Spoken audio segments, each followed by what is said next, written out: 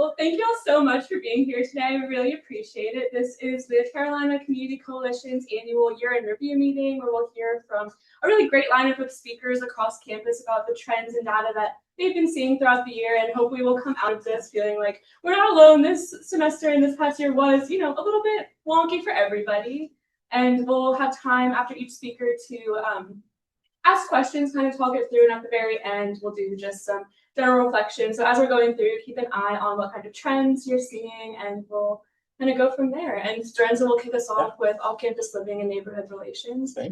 Just note that this is preliminary data. The semester just ended, so a lot of these numbers are not going to be finalized. Also, we have tons of treats and stuff, so please help yourself as we go. There's food over there also. Hey y'all, so my name is Dorenza Thomas. I serve as our Assistant Director for Community Engagement in our Leadership and Service Center space. Half of my job is in regards to off-campus neighborhood relations. I'm the point person for USC. We work with any home or duplex within a 25-mile radius of campus, and that includes commercial properties as well for our students living in apartments. I'm going to give you all a high overview level just of what our data was for this academic year in terms of some trends, in terms of also to some incident report structures that were submitted, and we'll go from there. So to give a brief overview, off-campus neighborhood relations at the University of South Carolina is committed to providing resources to our students. We really emphasize the importance of students, the university, and local community. That is the three prominent things that we make sure that we touch on to ensure our students feel advocated for, they have a home, and also too that our local community members feel supported and that we are doing a good job of really building and forging those relationships across our local neighborhoods that surround USC. Off-campus and neighborhood relations serves as a resource for students living off campus while they are attending USC. And we also to support those local neighborhood leaders if they are to submit a report. We advocate, we respond, we make sure that we are present at all times. So to kick off in regards to our educational outreach for this year and what we did, we have three key touch points that we try to reach in terms of our community living workshop, which we work with our friends in Conduct with, our campus partnership presentations, and our one-on-one meetings. So in terms of our community living workshops, if you look at the data here, you will see that for FY26, we only had 14 students that had to go through our community living workshop. That's a good thing to have, actually. Our community living workshop is usually for students that are referred to us by Conduct. Either they are in violation for something that has happened, or a report was submitted by city police, and they are referred to us to go through a class called a Good Neighbor class. In that class, we go over the importance of what it is to live in a community. We go over the tips and tricks and trends of how do you build relationships with the neighbors that you're living next to, and actually how do you show that you care amongst the neighborhood that you're living in. In terms of campus partner presentations, we did 13 this year. We reached over 200 students. Big shout out to our friends in Housing and Residency Life. They did a really good job this year of speaking up and saying, hey, can you actually come to the halls and speak to students about that transition point of living on campus to off campus, and why is it so important? During those conversations, we found out that some students were completely lost in the process of even how to navigate finding off-campus housing. We also too found that some students don't know how to really cook, right? So we went over some of those basic trends of the importance of living off campus and living amongst community members.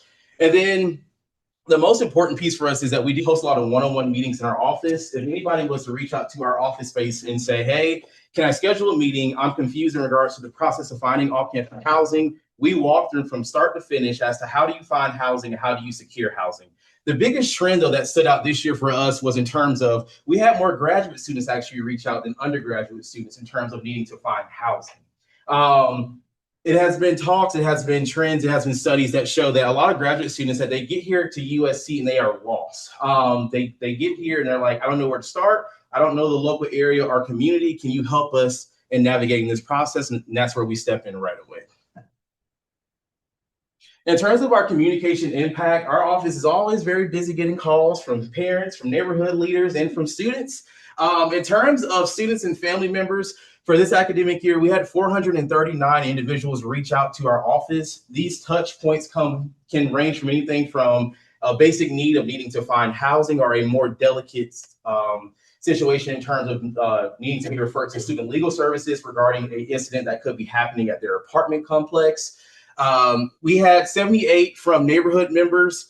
Those can range as well too, from anything revolving trash to a noise or a party, but we do respond to those and we make sure that they know that one, we are here and that we are here to support them as well. We attended 16 neighborhood association meetings. This number has grown from last year. We have added on some new neighborhood associations now. We make sure that we are present at those so that one, they know that USC is here to support them, but also two, that we are advocating for our students as well too in those spaces. We had communication with 18 landlords and 62 property managers in regards to just general issues that may come up in regards to a student renting from that property, or maybe a unit was not up to code, just having those conversations back and forth. So for our off-campus incident reporting for 25-26, you will see for this year, we had 66 reports that came in. It's an uptick from last year of from 39 to 66 this year. That number really was an uptick in regards to, we did a better job of ensuring that all of our neighborhood leaders knew of our reporting form and the structure that we had in place. There was at one point a lot of neighbors saying, where do I report? How do I report? So we made an emphasis in terms of ensuring that all neighbors knew, one, that we have a reporting form, but also two, how do you actually utilize the reporting form? We also did a better job of ensuring that once the report was submitted, that we were following up in a timely manner as well too, just so that they knew that the report was submitted and received by somebody from USC. In terms of the issues though, trash was our biggest issue this year.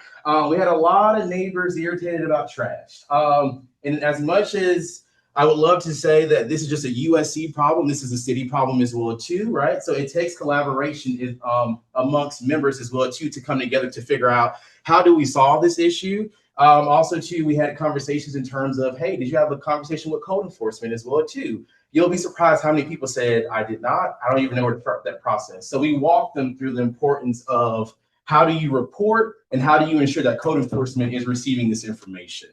Our top 3 neighborhoods that felt this impact was University Hill, Olympia, and Hollywood Rose Hill. We make sure that we try to have a good relationship with them when issues do arise to be able to advocate in a timely manner. In terms of our off-campus incident reporting form, as mentioned, we made sure that we made an emphasis this year on this, but to walk you all through it, once the form is submitted online, it is then submitted and it goes to some individuals in this space. We all receive these reports that come in on a daily basis. We will then review. If there is an issue, it usually goes through our conduct office. Then from there, students then are referred to us to take the Good Neighbor class. In that Good Neighbor class, we go over code enforcement, we go over laws, we go over just the importance of being a good neighbor and why do you need to follow these set guidelines. Also, too, to put a little pressure on the student, we started informing them recently that, hey, if you live amongst the city of Columbia, your property manager could be affected if police keep getting called out, or if we keep getting reports, these are points going against your landlord that can eventually lead to them not being able to rent at all. Once students found that out, it was like, oh, okay, I got to change my behavior because this could affect somebody else that I'm renting from. So we started seeing a change as well, too, in that behavior structure. In terms of the off-campus incident reports for the past few years, as you all will see, 2020 to 2021 was very popular. We had a lot of students that were going through some things.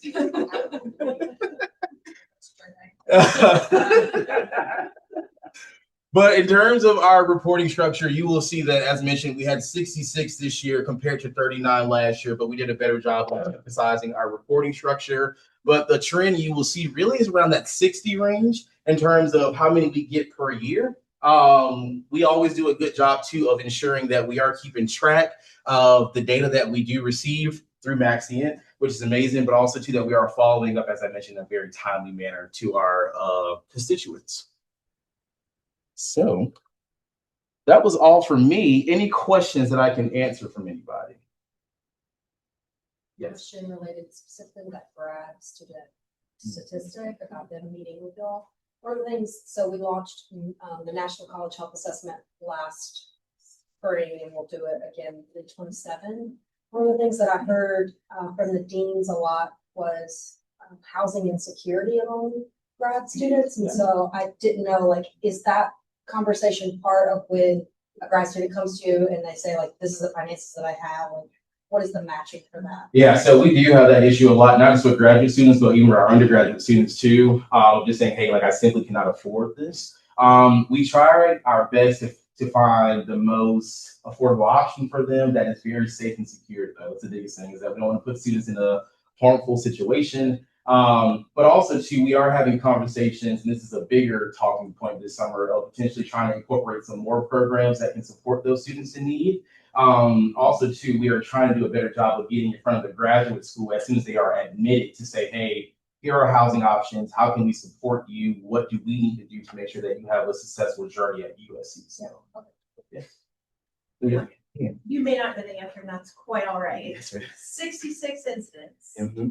How would you take a guess as to like how many people submitted the incident report? So I know we have a couple of folks who love to submit Oh yeah. 10 or 12 at once. Oh, I think Vi submitted one. Yeah, she actually has my cell number. She will call me directly. Yeah. Yeah, we do. Yeah. I It remember feels Vi like it's submitted more spread out. I would say maybe about 14 people, but those are like 14 to 15, but those are very consecutive. They will submit until something has been done about the situation. So And one submitted like 6 this weekend, being like, why don't y'all put dumpsters all over the city? The students are moving. Or the other one that said, get these dumpsters out of here. Get the dumpsters. Yeah, so you have both sides of the spectrum. healthy balance. Yeah. Yeah, the dumpster was too loud. Any other questions that I can clarify for anybody or answer? All right. Well, thank you all so much. All right.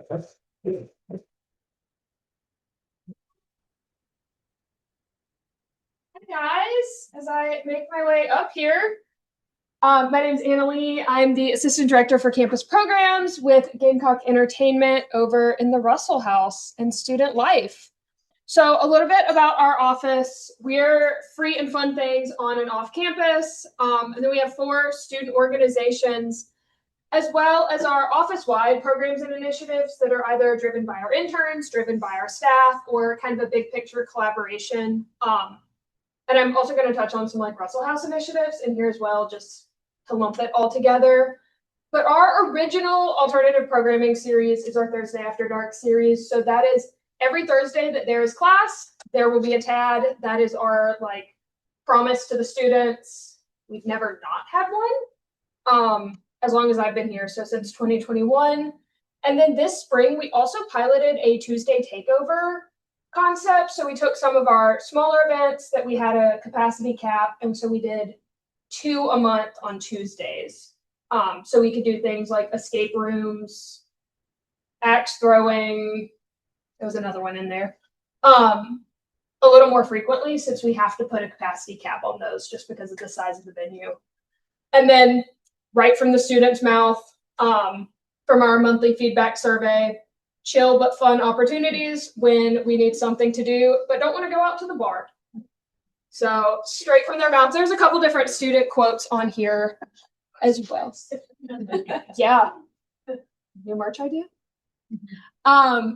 So our Thursday After Dark programming, we saw about 7,700 student interactions, but around 4,500 unique students. So we have our returners, we have our students who are coming to multiple TADs. We introduced a punch card system this spring, which saw a really great return. And then our male engagement is hanging out about 32%, and about 43% of that is first-year students.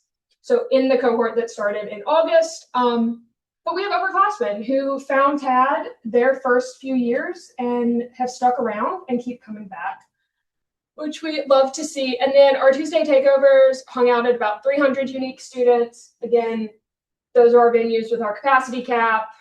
That number can't get much higher. We can only fit so many people in an escape room. But our bustle at the Russell to celebrate the building's 70th birthday was one of our highest attended TADs. We took students to the Riverbank Zoo right after spring break. That one broke 1,000, which was really exciting. You Scream, so our haunted house, the Thursday of Halloween weekend, in collaboration with Campus Rec, was the largest attended You Scream at Blatt. So we were almost at 800 students there. And then we've also put about $72,000 into the city of Columbia, going to these places, working with these small businesses. And then, yeah, so I never knew we had a craft arts place, never mind other things. It's a good break from the usual schedule of schoolwork home. And then some additional highlights from the Russell House and kind of big picture. In partnership with Music Industry Studies program and School of Music, we have Live at the Underground. So in the spring, those students do their capstone course and basically turn the Russell House basement into a music venue. They handle booking, they do sound, they do lighting, they get them in the door, they do marketing. And that is every single Wednesday. And we saw about 2,100 students come through this spring. And then Carolina Productions does their movie series every other Friday. And they have about 1,700 student engagements. So coming next fall, very exciting, in partnership with Campus Recreation, we are bringing Tuesday night trivia back to the Russell House basement every single Tuesday. So we will officially be able to say that Tuesday, Wednesday, Thursday, there is something happening. There is a count onable. It is free. If it's off campus, we'll transport them there. And we are name TBD, so it's not up here. But we're having some conversations with some of our Columbia area schools as well to do a welcome to Columbia, get to know the city weekend. That second weekend of August.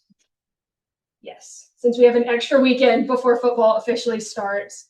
But to really introduce students to everything in the city that's not free streets that way. Yep, that was our year at a glance. We're very excited. We've seen numbers kind of spike back up over the last few years, and they're holding as consistent as they can. We're running into a really fun problem where we don't have anywhere to grow. And even our kind of count onable venues, a lot of them have a cap as well. But we're very excited at the direction things are heading. Any questions? Cool. And if any of your offices want to collaborate, come talk to us.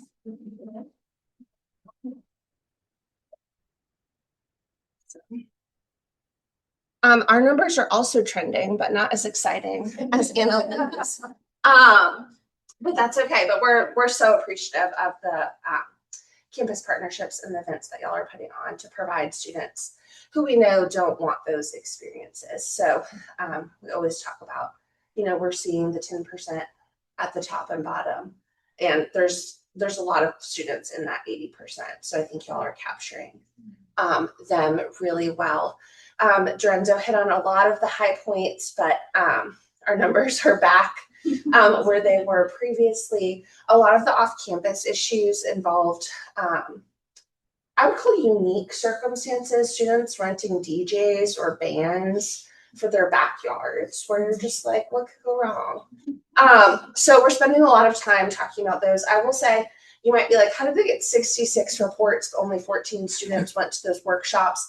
A lot of them were not able to identify who lives at the property. So USC students are not required to list their off-campus addresses or their emergency contacts. So that does present a barrier for us to be able to appropriately address off-campus behavior. If we can figure it out, we will. For example, in the fall during football season, you've all seen the really graphic and vile sheet signs that say disturbing things that are sexual in nature about the other teams or their coaches or their players' girlfriends or partners or whomever. Now we just call the police and have them just ring the doorbell and just say, hey, we don't know who lives here, but like, you want to take this down? They don't have to, they have some free speech rights, but that proved to be really successful this fall. And the neighbors don't really care who lives there. They just don't want to see a vulgar sign when they're driving their 6-year-old to school, which I appreciate. So some trends are alcohol and drug transports are up significantly. So I think, we saw some of the off-campus behavior dip down a little bit. And in the post-COVID era, I think we're seeing our students return to the bars and return to 5 points in the Vista. I know, Beer Keller and Jay's just had their last days, RIP. I'm not sad to see them go. But we know that there's some problematic establishments that kind of got their feet underneath them in the post-pandemic time. So our alcohol and drug transports, again, went up. We also did have some unfortunate student-related deaths to alcohol and drugs this year. So I think that's important to acknowledge as well. So in some ways, when we talked about some of the amnesty cases, I think students have become more and more cognizant in the Narcan programming that Sape and student health are doing of the impact of particularly drug use and not knowing what necessarily is in the drugs that you're consuming. So we've spent a lot of time on that. Our alcohol and drug numbers have also increased since last year. I just put this past year because I ran out of time. It's not Jenna's fault, it's mine. I did not manage my time well, but saw a lot more what I would call normal college behavior. For a while, we had kind of had that dip and we're only seeing the most extreme student responses. And this year we got back to a few more. I'm smoking pot in the parking garage. I had a beer can in my room. The reports that we would anticipate seeing on a college campus. So that was helpful as well. This number is now 1250. We've gotten 150 reports this week in the last 4 days. So we're seeing a huge uptick in academic integrity concerns, particularly with artificial intelligence. So while not connected directly to alcohol and drug use, I do think it's important to acknowledge that, because in a lot of those meetings, the students are citing the issues as stress management, time management, something else going on. And many of the students who have those cases also have these cases. So we talk about that a lot as game day as well. Game day ejections, all-time high. And I anticipate will only continue.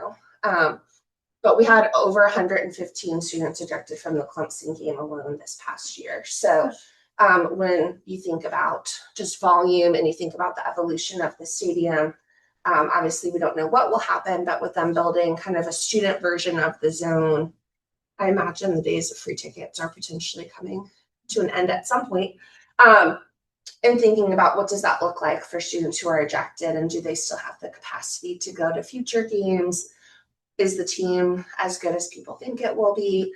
Are there eligible tickets for students to purchase on Ticketmaster or StubHub?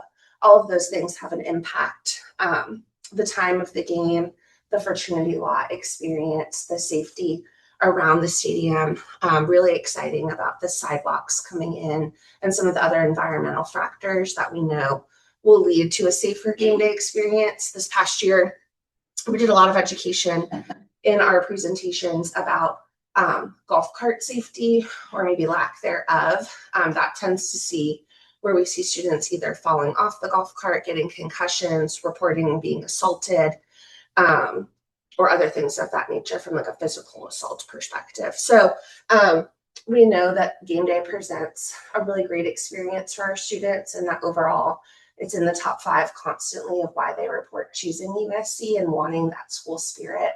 But we also know that those 7 days are some of our highest risk. So they bring a lot of business. If you have not had the opportunity yet to go work the student gate, I would highly encourage everyone in the coalition to do it one time. Seeing is believing.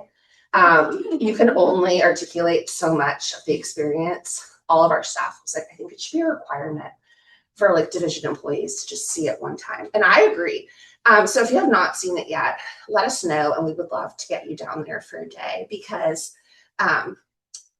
you see the full spectrum of our students who get there 2 hours early with their face tattoo, who are like, thank you so much. and have their water bottle and like are just as eager as could be. And then you see the people who are covered in mud and who look like they've been to the war, who come in crying and are like, I don't have any friends. And we're like, that girl looks like she has your button.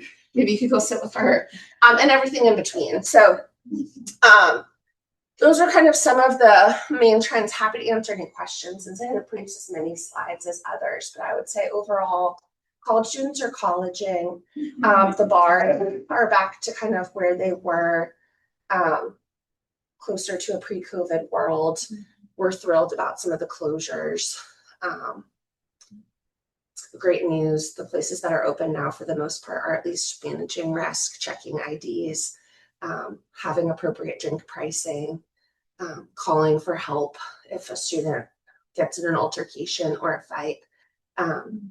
I'll share one last trend that wasn't on here. We did get a high number of, and this may be something for the coalition to look at as well for next year, a high number of high level,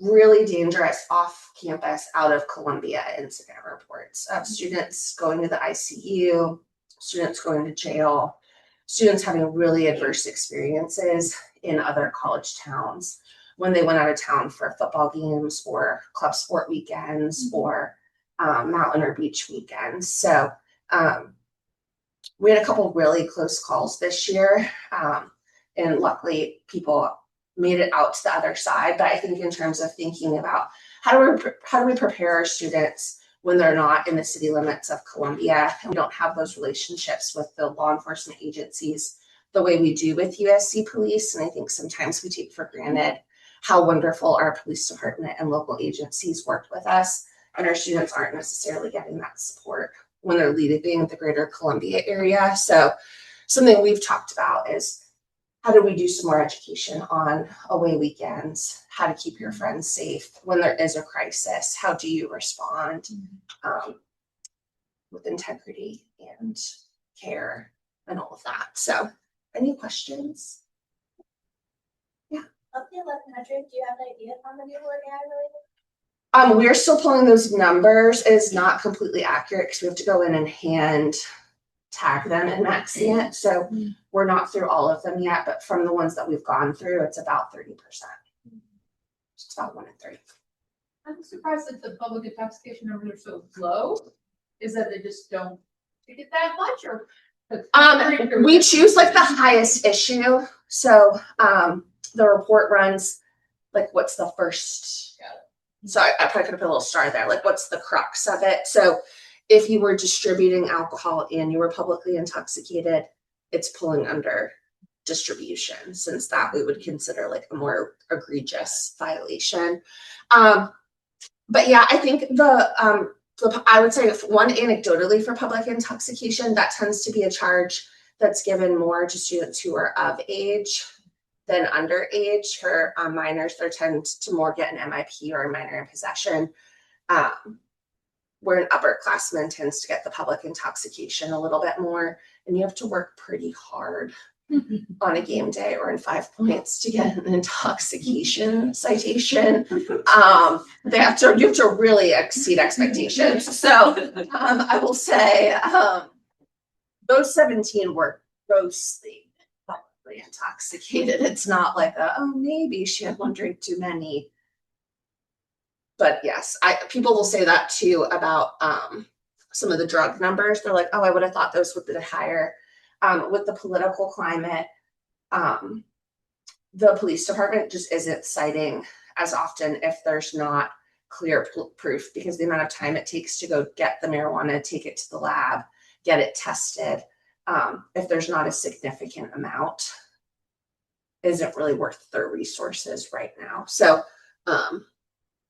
we'll go from there. But those 4 who were selling, they said, I don't need the More Schools Entrepreneur Program. I'm gonna build my own business. So yeah, they started their business and they did well for themselves in that short period of time. So I think I'll turn it over to Austin.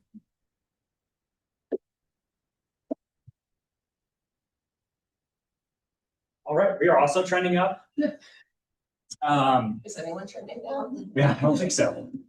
So we've had about an 18% average annual growth over the last 6 years. really post-COVID. And anecdotally, that could be because of the growing student population. We've done a lot of advertising, and we sent out 8,000 Carolina Cares folders this year. Many of you probably received those that inform folks of what to look for and how to report. So we want to keep getting the word out, and our goal is always to intervene early rather than allowing a situation to get to a crisis where a student needs to withdraw or needs to be hospitalized.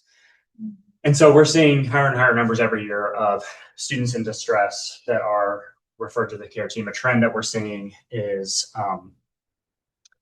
it seems that stressors that students may have been able to manage in the past and not get to that level of distress where they are spending several weeks in their room, they're not leaving the room, they're not eating, they're potentially using substances to cope, they're experiencing suicidal thoughts or self-harming.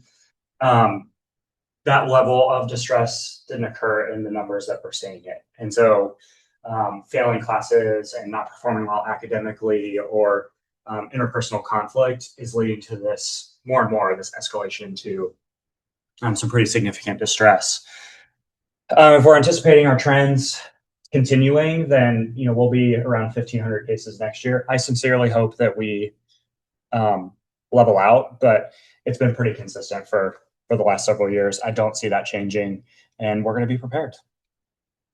Another change that we've seen is at the end of semesters. So this is our breakdown monthly over the last 3 years. So you can see the summer months. We love the summer.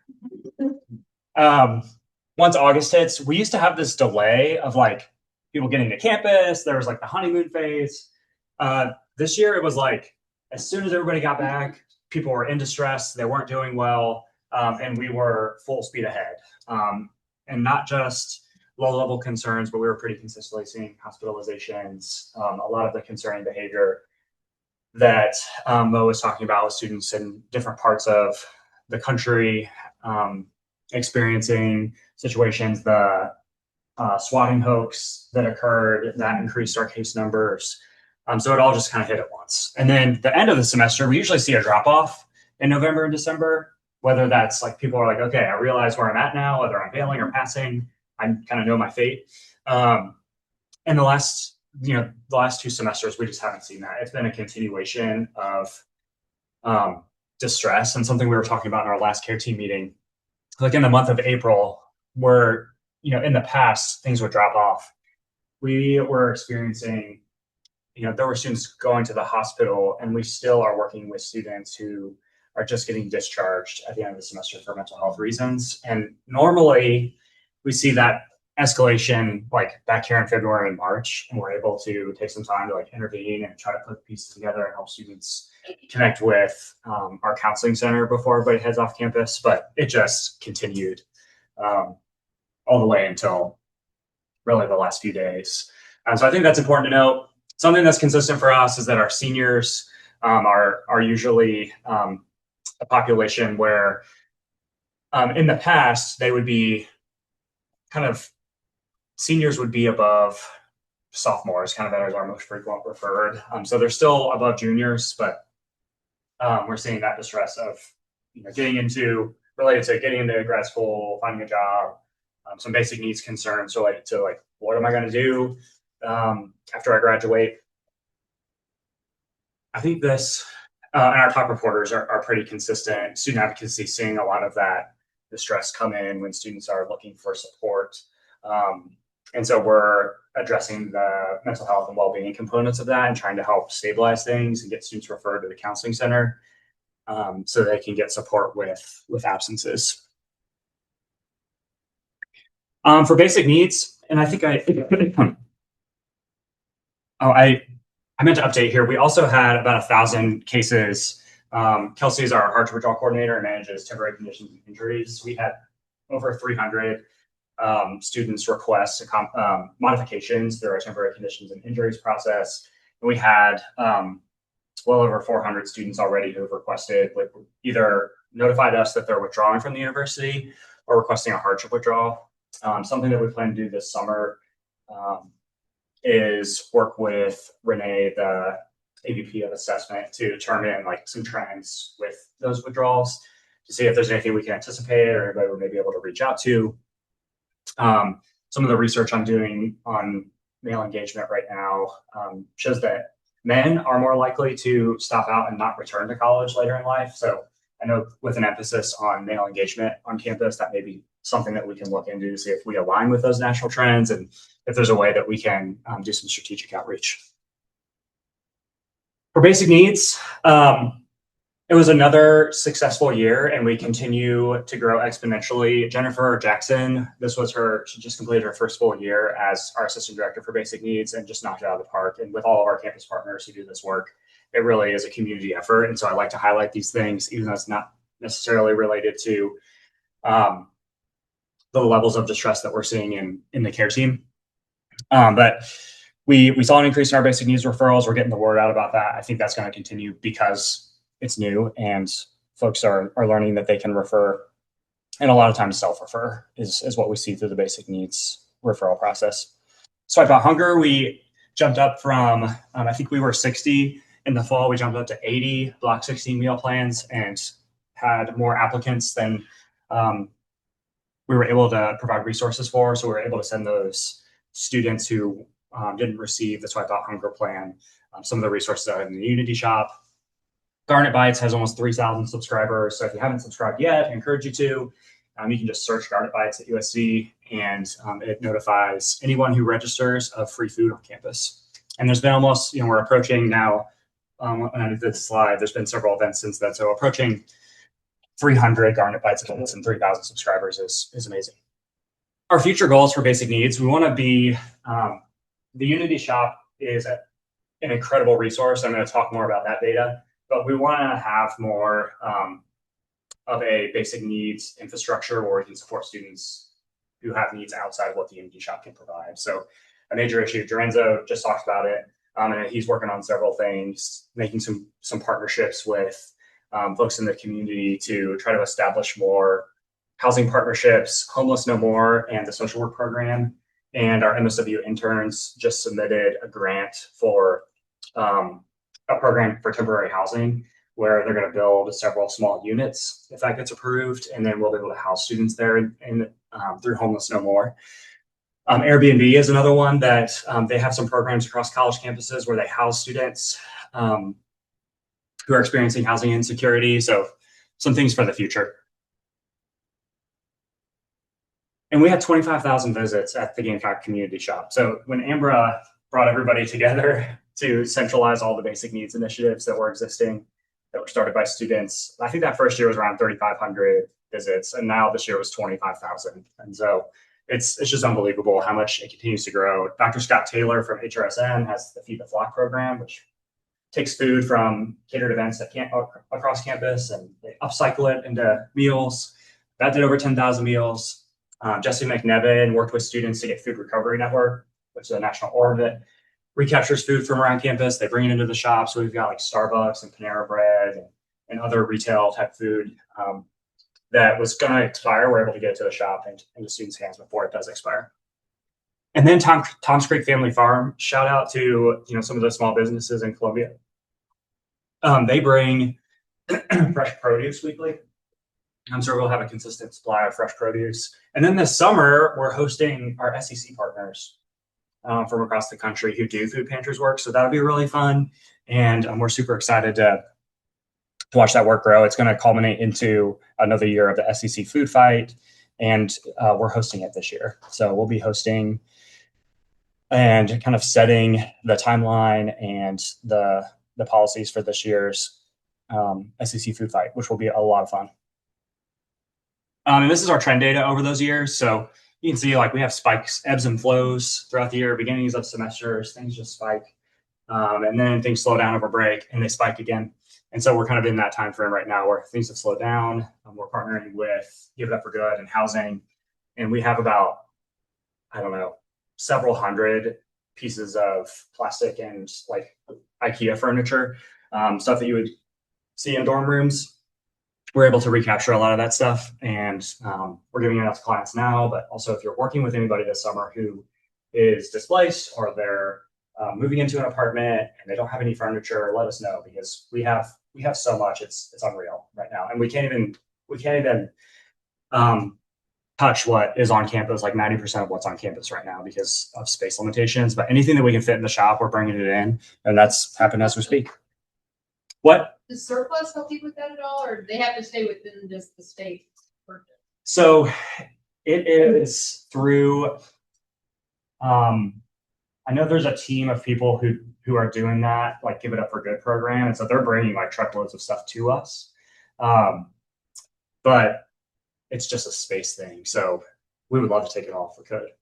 Just have it all in a big warehouse. But Yesterday, for the first 3 hours, 900 items went out the door. 60 students, because right now we're only open on Wednesdays and Thursdays. Yeah. So. And the rest of the Give It Up for Good goes to a warehouse. So they want to pay those other charities. It's not going to live. Questions?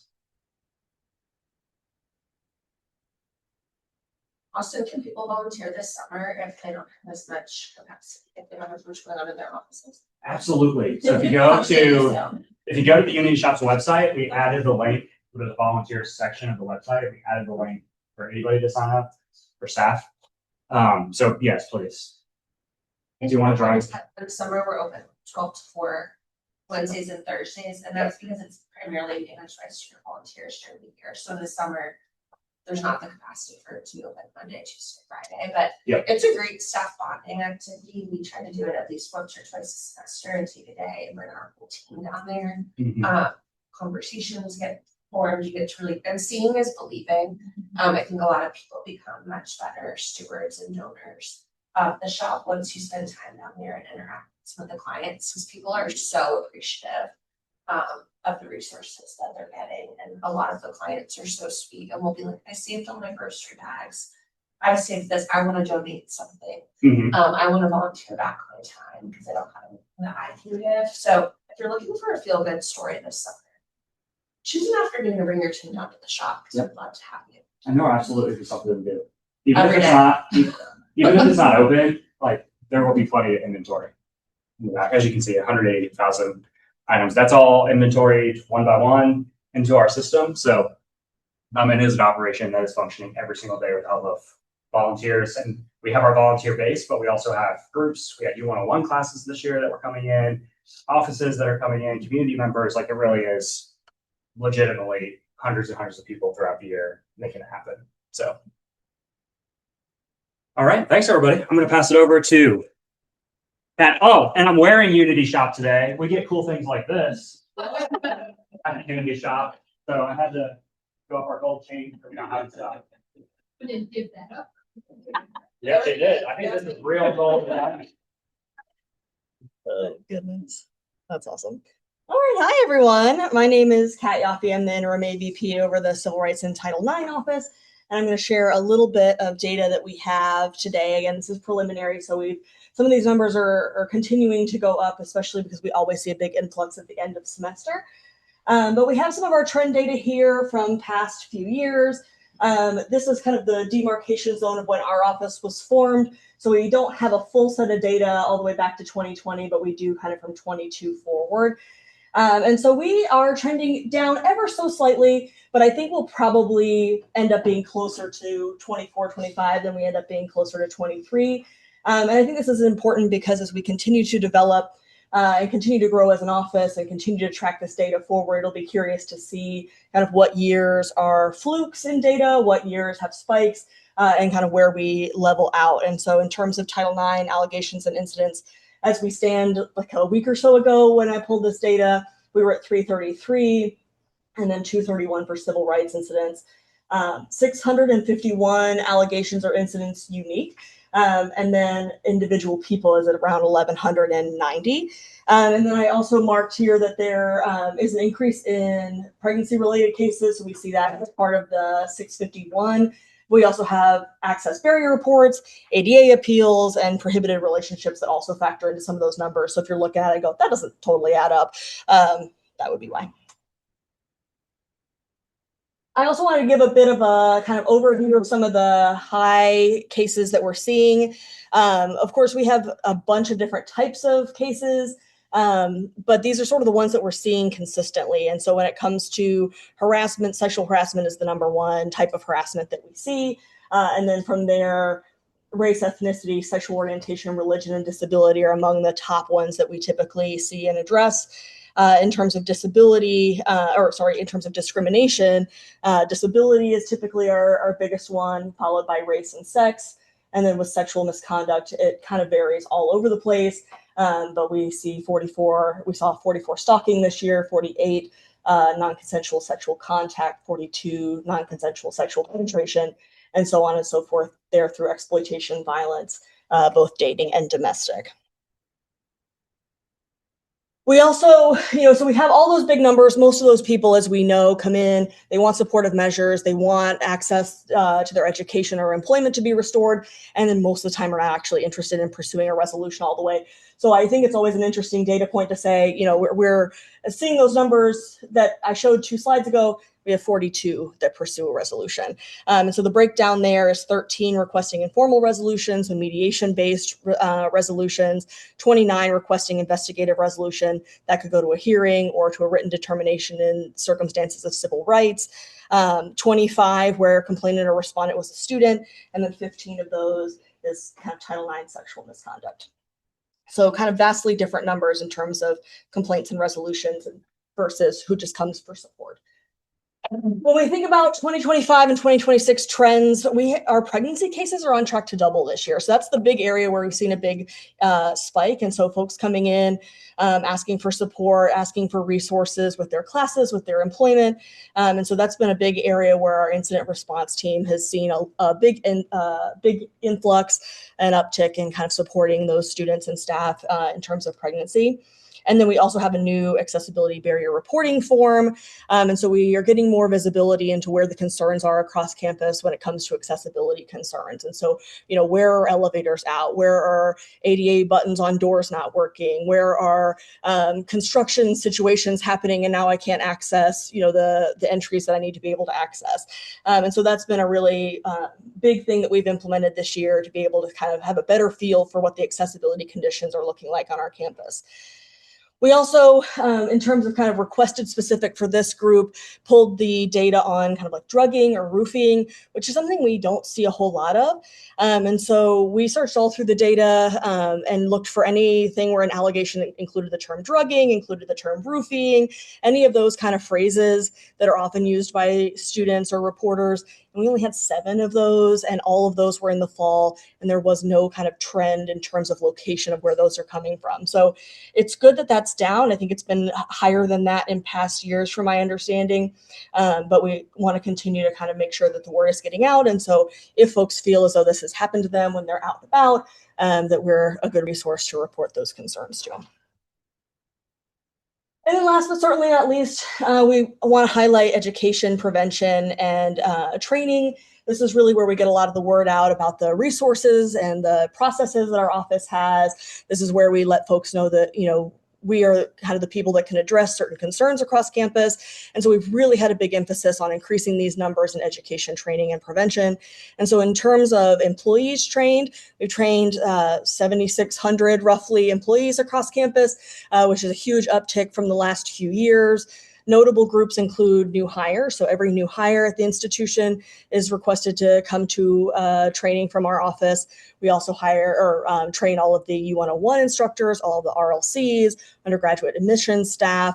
And so we're really trying to get the word out in terms of employees, because 1, employees can be impacted and so they may need our services, but 2, employees are mandated reporters. And so working with students, they may learn of something that they need to report to our office. And so this focus on employee training has been a big impact and a big push from our office.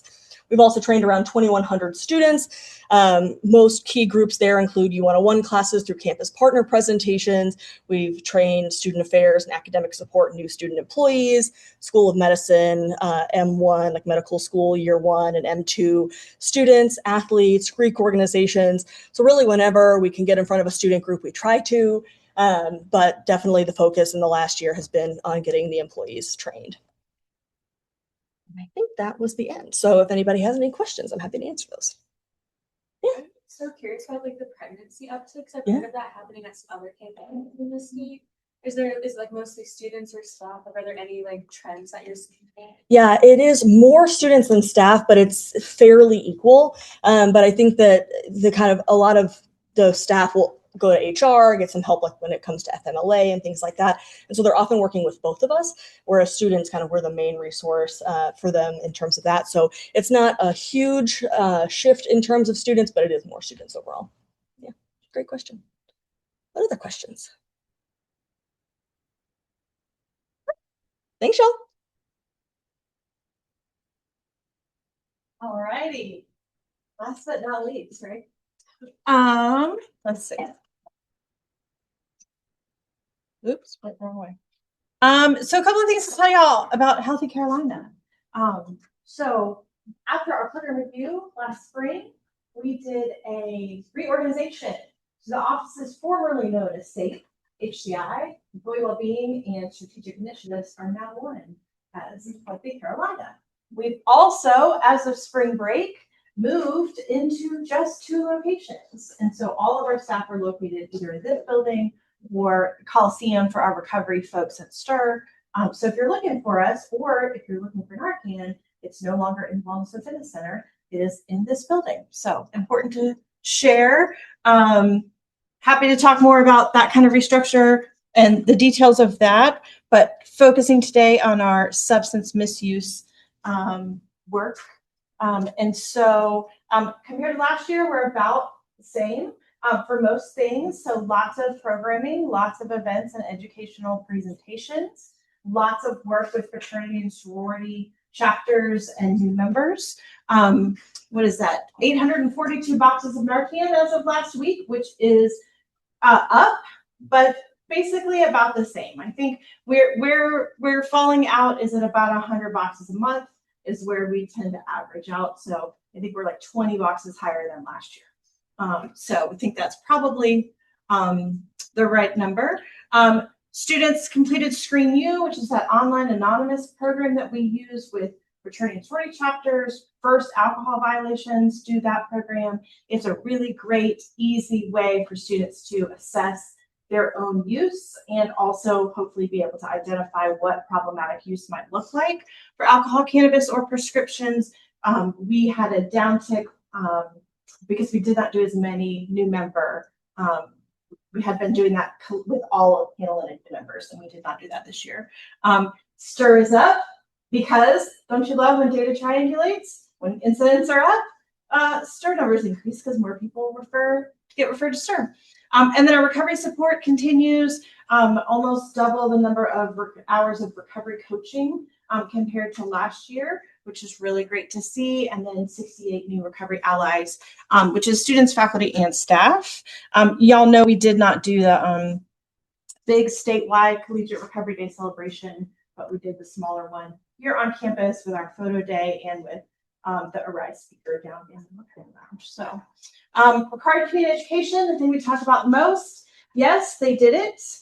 Whew, did we have some glitches and concerns? So that is a 20% increase in calls and emails to our office related to registration holds and technical trouble with alcohol EDU.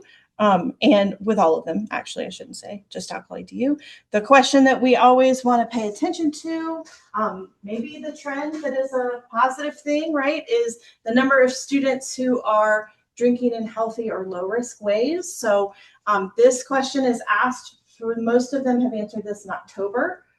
So 6 weeks-ish, 2 months into their first semester. And we are hovering around 80% of students saying, I have not had a single bit of alcohol in the last 2 weeks.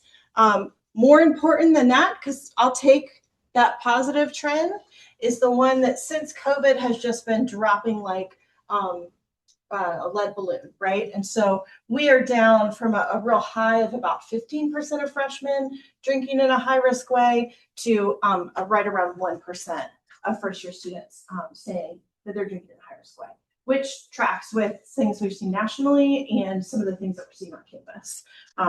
These folks still are coming through conduct though, don't worry. The question that we all also love to follow is, where are our students drinking? And so still consistently, we are back up to pre-COVID numbers in terms of them saying, yeah, the primary place where I drink is in bars and restaurants. This is to see this. It is, yeah. it's helpful, right? We always like to see that this off-campus residence number isn't much higher. When we look at the other SCC schools, they are much higher on that number. We are higher in bars and restaurants, so I will take that, I think. And then all other locations, our SCC friends have more folks who are drinking in fraternity houses, and our folks generally are not doing that, or their fraternity house that they're drinking in is an off-campus apartment or house. So, but where we want to pay the most attention to from our peak time 10 years ago, the good old days of 5 points.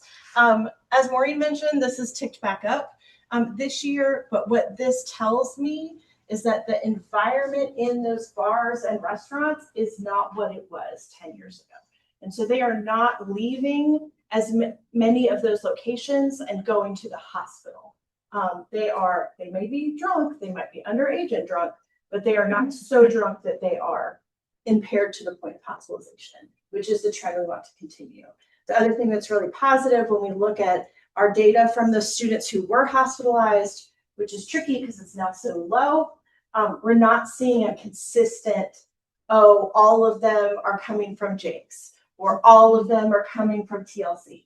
It's really more widely distributed than that. And compared to like in 2016, when it was like 30% of them came from Pavlov's and all of them came from 5 points. So we still have some problematic locations, but in general, the problem has come down, which is a good thing. And we will, as y'all know, keep working on it. One of the things I wanted to put a little caveat on, I have a little concern about our first year data. And I know we've talked about some of the concerns with Alcohol EDU and some of the ways that they're collecting the information, particularly in the Part 2 survey, by letting students skip questions. And so it makes me nervous to share this with y'all and say, look at how good we're trending if that only represents people who answered the questions. And so I added in some information about our NCHA survey that Emily mentioned earlier that ran in the spring of 25, so about a year ago. And this is campus-wide survey that we do every other. So it's nice to have another set of data to look at so that we're not just relying on our vector data to say what's going on with our students. So it is a fairly representative sample. Really, I can give you all the details on all the data, nerdy stuff around. It's a pretty good representative sample, heavily female. And so to give you lots of nerdy numbers, what we're seeing is pretty consistent with what we see in the freshman data. So most of our students are actually still in a lower risk drinking category. We're not seeing, we are still above the national average when it comes to drinking too much. We're still exceeding expectations when it comes to that, but we are trending in more positive directions overall. And as may be witnessed from the participation in Gamecock Entertainment and some of the other activities that are happening, more and more of our students campus-wide say they haven't had any alcohol in the last 2 weeks. And so we're at 46% of students saying, yeah, that's not my thing. That doesn't mean that we shouldn't be worried about the other 54, but it's also a sign that some of what we're doing in terms of culture change is working. Here's more easily reflected in our number of drinks per occasion. So more of our students are still drinking a lot. So more than 5 drinks in one occasion, drinking in excessive amounts. That's over here, but we're still doing pretty well on. Can you know with the national data there? Yes. How does the national data add up to more than 100%? That's a great question. Because I was trying to compare us to them and they're like, Nope, that's probably my mistake. okay. Mm-hmm. Sorry, I didn't mean to. No, good catch. Wait, is that, I think, could it be like the 4 or fewer, like of people who drink? Oh, maybe. Just in time. I was thinking about that too. Yeah, I will go back and check and fix the slides before Jenna sends it out because, yeah, if it's 80% for or fewer, Makes sense because other numbers add to it. right? So it's probably that it's 30% who are. That makes Yeah. sense. It's also a different question. So this is on a typical occasion, how many drinks do you have? And this one is about like in the last 2 weeks, how many drinks? So it's a just different question that it's pulling from. So good catch. I'll fix it. Oh wait, that's not That's not us. That's not good. Yeah. Yeah. No, we are still, like I said, but I'm going to go with a positive spin on it. We are above the national average when it comes to high risk drinking. That's still not a positive spin. And then Amy, what's happening with weed? We're actually pretty stable when it comes to cannabis use. We are below the national average when it comes to cannabis use among our students. So that's a good thing. And Reported, like self-reported or Yep. reported? this is self-reported. So in the same survey, in the last, the question asks, in your lifetime, have you ever used cannabis? And then of the people who said yes, they said in the last 3 months have you used cannabis? And 22% of our students said yes. And said, okay, in the last 3 months, how often do you use it? Breaks down the frequency, and then we get to that 11% said in the last 2 months. So yeah, there's some flaws in that question, but it's helpful. Also, like, again, not everybody, particularly when we look around and see all of the THC related products that are available and marketed and all of that, and the gray legality of some of this, it's surprising to me that it's not higher, but it's fairly stable. The Jackson Gateway. And then I threw this in because I can't resist talking about this. Because we think men, right? We're worried about men and our male engagement. You know what men are doing? Driving drunk. And driving along. Dudes. So we are right on par with the national average for driving after drinking. But when we look at who among our students is driving after drinking, it is men, it is LGBT folks, it is doctoral and professional students. Talk about a population that we forget about and don't do anything with, and those who are working more than 20 hours a week. So when you're thinking about those folks, when you're interacting with them, that might be an area of concern. When it comes to cannabis, none of our fraternity sorority life friends are here. Our men are driving after cannabis use. But look who's doing so well. Our FSL folks are less likely to drive after cannabis use than their Top drivers.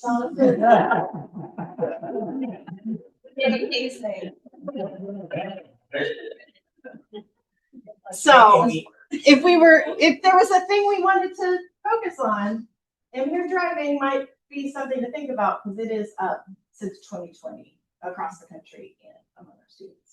Amy, both you and Austin mentioned male engagement. Yep. Have you seen the gender breakdown of our incoming class? I have not.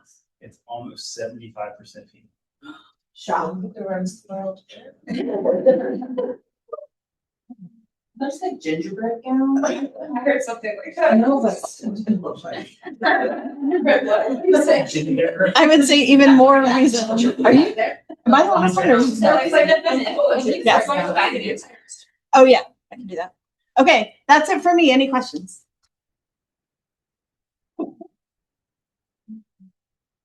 Yay, all right, Jenna. Just really quickly wanted to highlight some coalition successes. So I know a lot of people in this room are connected to the coalition in different ways. We have a lot of different projects that are going on. So just wanted to do a quick recap. Each month throughout the academic year, we host a research series where we bring in different speakers, and we've had a lot of great opportunities to hear from faculty on our campus. So we had faculty out of public health presenting on a pedestrian safety initiative that they're doing, faculty out of HRSM talking about sports betting, It's just been a really great opportunity to hear from our folks on our campus, from the community. Elle did a great presentation on cannabis from Loredac and getting that perspective. Throughout the year, we had 142 participants, 87 unique registrations. So a good amount of people coming back each month, which we really greatly appreciated. One of our initiatives that we started during the last academic year was focused on bystander intervention as a result of the drink spiking that we had been seeing. So we formed a committee with a lot of great partners, many of whom are in this room, to really update the language that we're using to talk about bystander intervention and make sure that we're all on the same page. We developed some scenarios to kind of be able to incorporate different topics when we're talking about bystander intervention in different contexts. So it was a really great opportunity. We've kind of wrapped up that initiative, but the great work is still continuing with all of the participants. As we talked about previously, drink spiking had been brought up as an issue, so we are looking forward to being able to bring green screens to campus this fall. That was a result of a lot of campus and community partners coming together, so that we'll be able to offer testing on campus for students who suspect that they've been drugged or had their drink spiked in the community. And we're still getting all the logistics together for Trans Sorority Life is going to be a great partner for building trust among the student community and getting the word out there. So over the summer, we'll be doing some more marketing and logistics. We'll be in touch with everyone to make sure that everyone gets the information on that. We also talked about on our steering committee about pedestrian safety as an issue, with more and more students feeling unsafe crossing the streets. And almost, I know I feel unsafe driving in a lot of areas as well because of the students not adhering to the traffic guidelines. So we formed a committee focused on that. And we conducted our first walkability assessment of Blossom Street, looking from Assembly to Lincoln. We've collected all that data, put it into a report, and are getting that out to DOT and other community partners and campus partners to share those recommendations, and hopefully they can be incorporated into some of the long-term plans that are out there. And we are planning to do some student focus groups this coming fall as well to kind of get more student feedback on where they're feeling safe and unsafe walking around campus. We're excited to kind of see that initiative grow over time as well. I also wanted to highlight that we have applied for funds to address gambling and sports betting. That's not an issue that we've talked about today because we're really not collecting great data on that. And that's one of our goals for this grant, is to really improve our data collection understanding of that issue on our campus, because we have been hearing about it from so many different angles, and we'd love to be able to better understand the issue and do some projects related to that. So we'll be in touch with pretty much everyone in this room as we get that going. Yeah. Any questions about the coalition? If you have any of these things are of interest to you, happy to get folks plugged in. It might not already be. Pretty much your campus rec is plugged in on pedestrian safety. Yes, Sarah Hewlett is Okay. on that committee. Mm-hmm. Yeah, so got great perspectives to add there. I'd love to just take a minute, kind of recap what of everything that we've talked today is standing out to people. What are we wanting to track? What, outstanding questions do we still have? We covered a lot of things here, but I feel like there's gambling, there's things that we're not necessarily collecting the data on that maybe we should start thinking about. I think one thing that stands out to me and always makes me very happy is to see the lines or the dots start forming together in terms of the different areas, and we see based off my area what affects what conduct, what affects the aim. It makes me happy to see that the data is kind of consistent and it's making sense as people are presenting these too. So yeah, I think along those same lines, I think next year I'd like to see this run 3-4 times as full. I think there's so many more people that benefit from this. Let's do the ball room.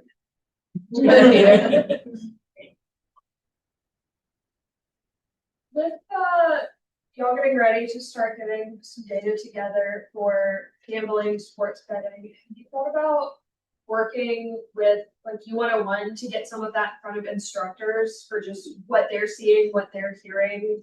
I know obviously it's a larger campus issue, but I've had some conversations with some other people who teach U101, and it's very you guys are making jokes.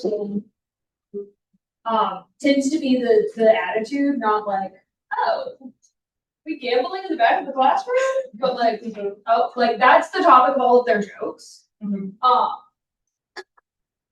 That's it. And yeah, we definitely want to get in front of U101 instructors. I did a train the trainer a couple of weeks ago, and we had someone from the National Resource Center on board there because it's like on their radar as well. So they're trying to, I shared some data with them. We'll kind of be partnering as we go forward too to make sure that. At some point when I would like to hear what you would like to be trained on to see from this. Yeah, absolutely. So we can approach them and say it, but I think sometimes they listen to what y'all say. Yeah, plug us, please. Also, so many students are coming from states now where it's legalized. That involved with them and what they get. Kind of this first year, I was just kind of figuring out like, where is it all coming from and where are the best places? Like it would be building whatever curriculum or presentations or whoever, like that is a part of this whole thing. And so a U101 would be a different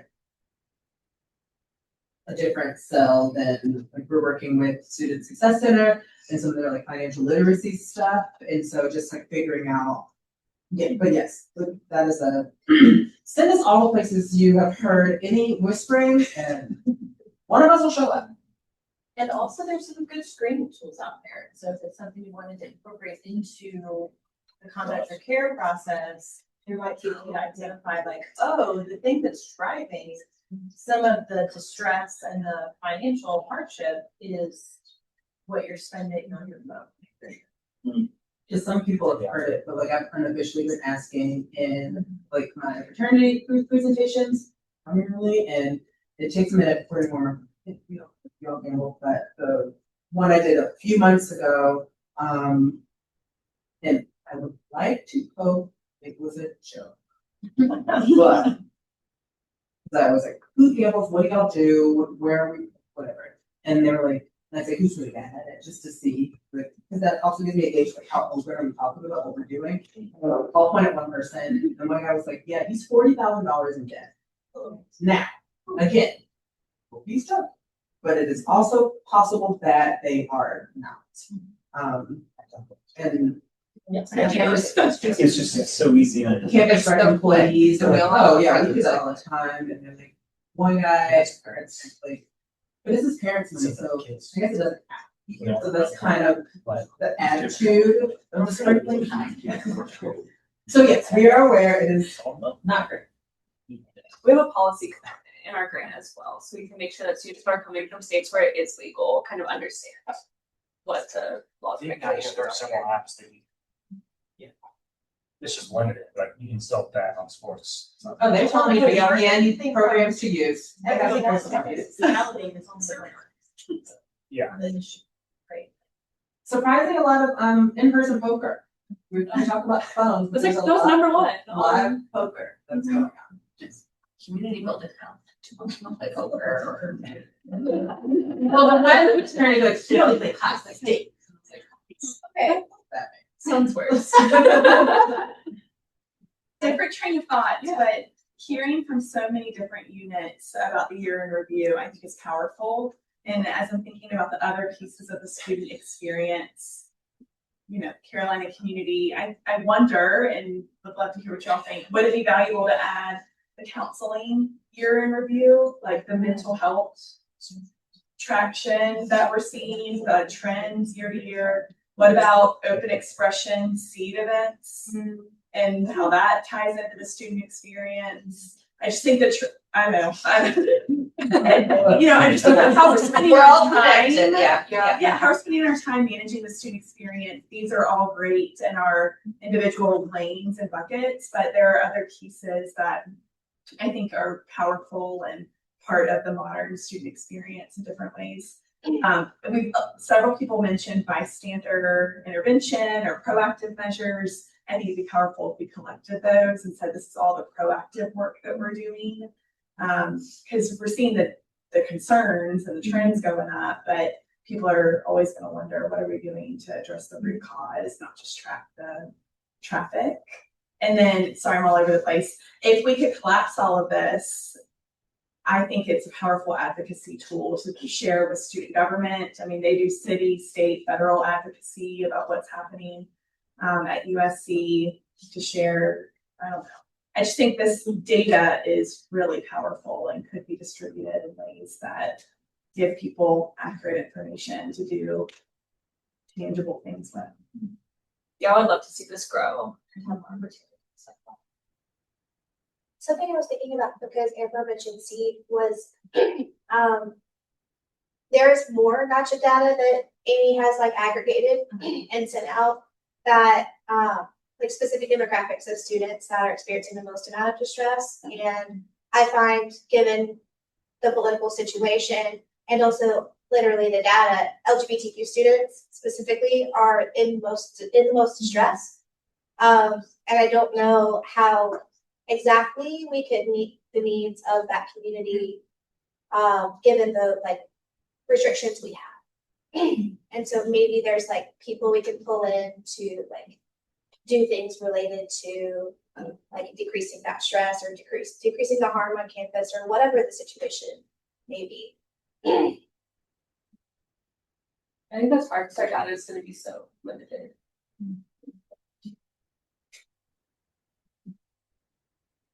We have no restrictions on helping them. Correct. Just have restrictions targeting. Advertising. Which means all of us need to be equipped to help all communities on campus, which is hard. And making sure we reach those communities to make sure they know they're welcome and belong in these events. Which is where maybe some of the, like, I think about what Student Life has done, but we were saying, not just the breakdowns of who's participating. This would be helpful, not just how many cases are coming to care, but what's the demographic breakdown look like?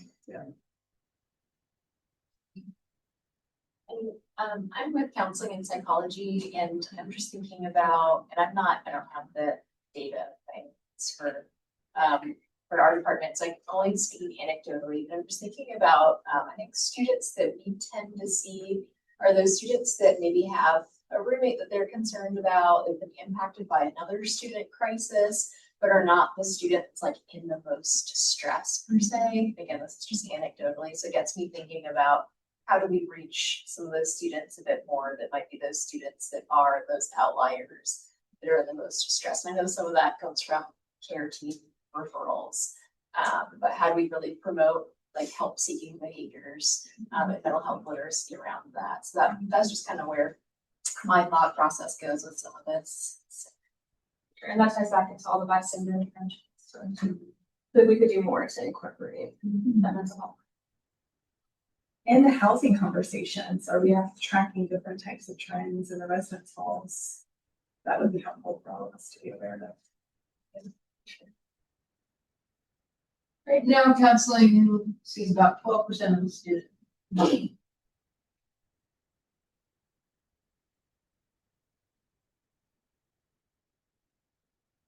Is there any data or the outcomes from the peer mental health leaders this year and how that program went? Or something I was excited about. We've seen some trend on college campuses, but that's. Isn't it my OneNote would cooperate?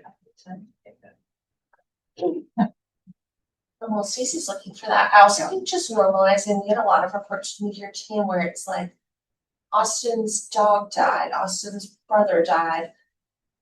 So I'm sending this person to counseling, or like someone's grandmother passed away and they're sad. And you're like, well, that's an appropriate like life response to where people are. So I think also some of the messaging of like, yes, they're sad, and how do we support them through that? And what are the signs to look for when sadness will lead to needing more additional resources? Because I think people are so quick to be like, Austin's crying, stop talking.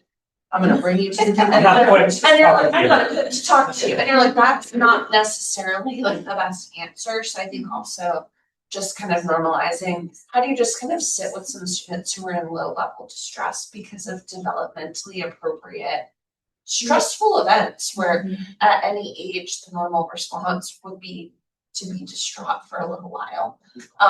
So I also think some of the messaging around like not everything needs to be like a pathology of like this person is not well. No, they are. They're just experiencing a life event. Definitely that ties back into resilience too. Yeah. Like, just skills to navigate challenges. Yeah, I really appreciate you mentioning that, because I know that that's one of the goals for us in CAPS is trying to figure out how do we help faculty and staff to understand, like, not everything escalates to like the need for individual therapy, but how do we help, particularly faculty, feel like they're equipped to have conversations that are supportive conversations. And that might then mean that student doesn't need to get to us to be seen for an appointment. And I feel like mental health first aid does a good job of that. To give you a little bit of data. Just run through a couple different ones. The average wait time for initial consult and counseling is 2 to 3 days. Usually, 97% of students agree that they were able to schedule in a reasonable amount of time. So some rumors going on that they're not able to get in. Care is determined on a case-by-case basis, so it's not always one-on-one, but it's maybe you should be going to the care group. CAPS can't cover everything, and please jump in. But they only refer out about 12% of students that come in. Those are more highly involved students. Not every emotional reaction needs a one-on-one counseling session.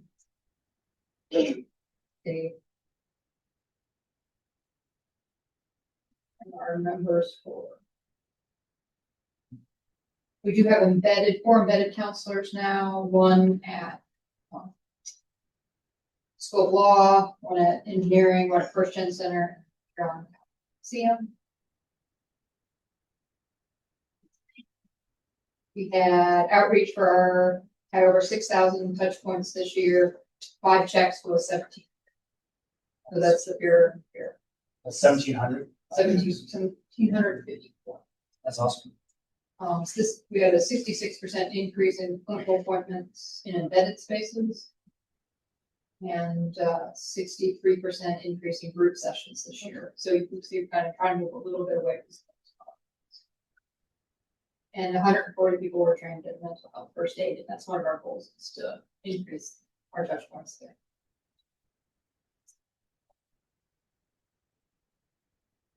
It's really nice, Jenny. It's a great job. Thank y'all. This is an easy meeting for me. Yeah, I just want to publicly say thank you to Jenna for all of the work that you do to accomplish all these things and pull this group together, because you're amazing. Well, thank you. It seems like really great feedback. So hopefully we'll keep this going, keep it growing. Maybe do something with students in the fall or spring. So I love the opportunities, and I appreciate everyone's willing to partner. I don't think anyone in this room has ever said no to me for anything. So like, I really appreciate it. Yeah, please take many sweets home with you. Many sweets home with you. There's a sign-in sheet over there if you could sign off so we can get reimbursed for said treats. That would be really excellent as well. Oh, yes.